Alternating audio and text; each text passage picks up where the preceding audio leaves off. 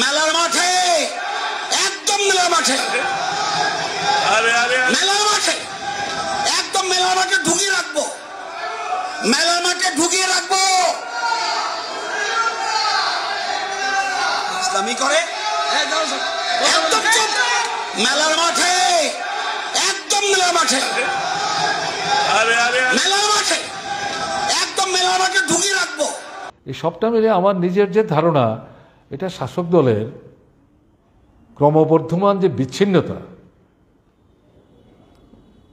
জনগণের যে তাদের উপর মানে আস্থায় টান ধরেছে এবং তারাও যে জনগণের উপর আস্থা এবং বিশ্বাস রাখতে পারছে না, তার থেকে তাদের মধ্যে যে একদিক থেকে হতাশা, আরেক দিক থেকে ভীতি, এটা যে তৈরি হয়েছে এবং এক্ষেত্রে এই সরকারকে জনবিরোধী যে ভূমিকা একের পর এক তারা পার্শ্ব করার চেষ্টা করছে, এগুলি যে আনমাস্ক করছে পাবলিকলি আউটসাইড দি অ্যাসেম্বলি এবং ইনসাইড দি অ্যাসেম্বলি।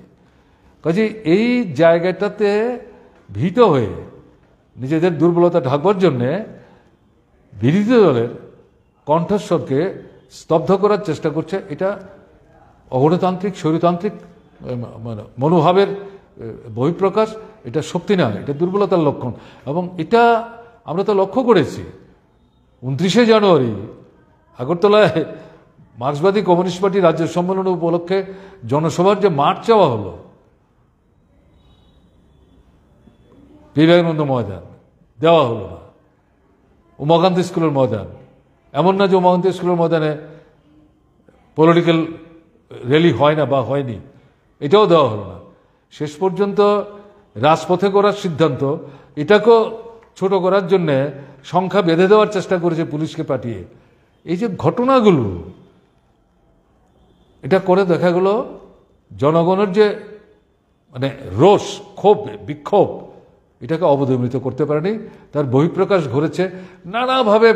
এই সভায় জমাইতে যেতে মানুষ অংশগ্রহণ করতে না পারে তার জন্য বাধা সৃষ্টি করে, গাড়ি বন্ধ, তারপরে এরপরেও যারা গাড়ি করে এসেছেন শহরে ঢুকতে পারছে না, নানা ধরনের সরকারি কর্মসূচি ইত্যাদি দিয়ে যারা মিছিল টিছিল করে ঢুকবার চেষ্টা করছেন তাদেরকে বাধা দেওয়ার চেষ্টা, এই সমস্ত ঘটনা। তার পরিপ্রেক্ষিতে তারা কাউন্টার অফেন্সিভে যাওয়ার জন্য তারা একটা মিটিং ডাকলো, আমরা দেখলাম। সঙ্গে সঙ্গেই করার কথা ছিল, পরবর্তী সময় করেছেন তাদের সর্বভারতীয় সভাপতির উপস্থিতিতে। এটা তো এমন হই হুল্লোড়ি করে করলো যে এটা মনে হচ্ছিল যেন বিধানসভার নির্বাচন বোধহয় চলে এসছে। পার্টি, সরকার সমস্ত শক্তিকে নিয়ে নেমেছেন এবং মুখ্যমন্ত্রী থেকে শুরু করে কেউ বসেছিলেন না। এবং তাদের হয়ে যারা কথাবার্তা বলেন প্রচার মাধ্যম, তারাও এমন একটা মানে আবহ তৈরি করার চেষ্টা করেছেন যে আগরতলায় মানে জনজোয়ারে ভেসে যাবে।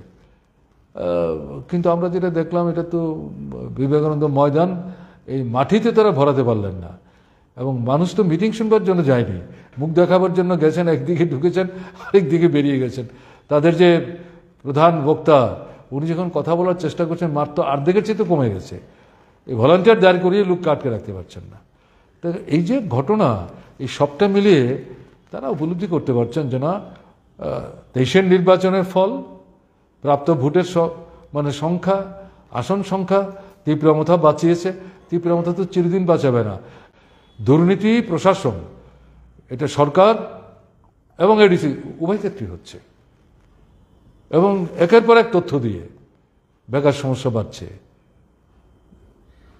মানে আপনার স্বাভাবিক নিয়মে নিয়মিত নিয়োগও হচ্ছে না, চুক্তির ভিত্তিতে, তাও বেতন ঠিক মতো পাচ্ছে না। তা কাজ কোথায়?